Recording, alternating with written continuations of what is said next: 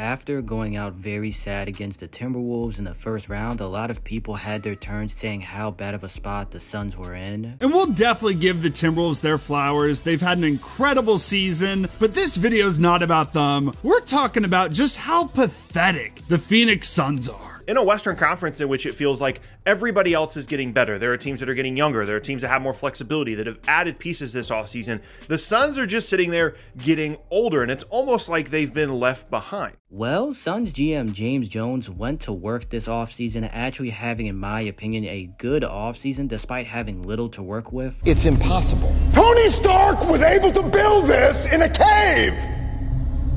With a box of scraps! In free agency, the Suns' additions were Tyus Jones, Monte Morris, and Mason Plumley. First, with Tyus Jones, getting him on this contract is a steal. Tyus gives the Suns help in their biggest issue, which was an actual point guard that could facilitate the offense. This past season, the Suns tried to do the playmaking by committee with Devin Booker, KD, and Beal mainly carrying the playmaking load. KD, Booker, and Beal are solid at playmaking. In their nature, they are score-first guys, and with them having to deal with carrying the playmaking load without a real point guard, that takes away from them being the best scorers they can be, and it was obvious, especially in the playoffs, the Suns needed a real point guard. During that series, they were struggling to bring up the ball against the Wolves' defensive pressure or make the pass to the right guy to start the set. Tyus Jones will fill their need of a real point guard perfectly. In the past 3 seasons, he's averaged 5 assists a game to only 1 turnover, which is a great assist to turnover ratio, and he averaged 10 points per game with shooting splits of 46 and 39%. Now with Monte Morris, yes, he's coming off having a down season, but it wasn't too long ago he was seen as one of the best backup point guards in the NBA. As the Nuggets backup point guard from 2019 to 2021, he averaged basically 10 points per game, 3 assists to only 1 turnover per game, while having shooting splits of basically 48 and 39%. Him and Tyus Jones have similar skill sets, now meaning the Suns have 2 real point guards that can help carry the playmaking load off of Booker, KD, and Beal. Their last free agent addition was Mason Plumley. While to be honest, he's just an okay backup center, he's better than Drew Eubanks. Drew Eubanks was really bad last season, and this shows with his on-court plus-minus per 100 possessions. Drew last season had a negative 4.8 on-court plus-minus per 100 possessions, while Mason Plumlee's was dead even. The Suns upgrading from Drew Eubanks in any way had to be done this offseason, and they did that signing Mason Plumley. Now in the draft, the Suns used their first-round pick on wing Ryan Dunn, and in the second round they drafted power forward Iguodala. Ryan is a special perimeter defender. Since he's 6'6", he has the height to defend point guards and shooting guards, but he also has a 7'1" wingspan, which gives him the ability to defend bigger forwards and provide weak side rim protection. And he has insane speed, lateral quickness, length. Then you add what he's great on the court wise defensively with his point of attack defense, navigating screens, quick hands, high motor, and high defensive IQ. You get a versatile defensive wing that will already be good defensively as a rookie, plus having the potential of being a guy that can make multiple all-NBA level defensive teams. Also, Iguodala is good at protecting the rim. He's mobile enough to play multiple pick and roll coverages, but him and Ryan Dunn are both limited offensively. Also, Iguodala can do traditional big man stuff. He's also very good at setting screens, and that skill also goes into how good he is as a handoff hub, which will be huge in minutes when he plays with any of KD, Booker, or Beal, giving them easy pull-up jumpers. Also, Iguodala's limitations are he can't score outside the paint. A teammate has to create a shot for him, and he's not a good shooter from the line. Ryan Dunn is really limited offensively. He can't score outside the paint at all. He can't create offense in the half court for himself or for others. All he can provide offensively right now is scoring in transition. Despite both having offensive limitations, they give the Suns help in some of their biggest needs, which were athleticism and defense. Looking at the Suns roster now, their rotation has more real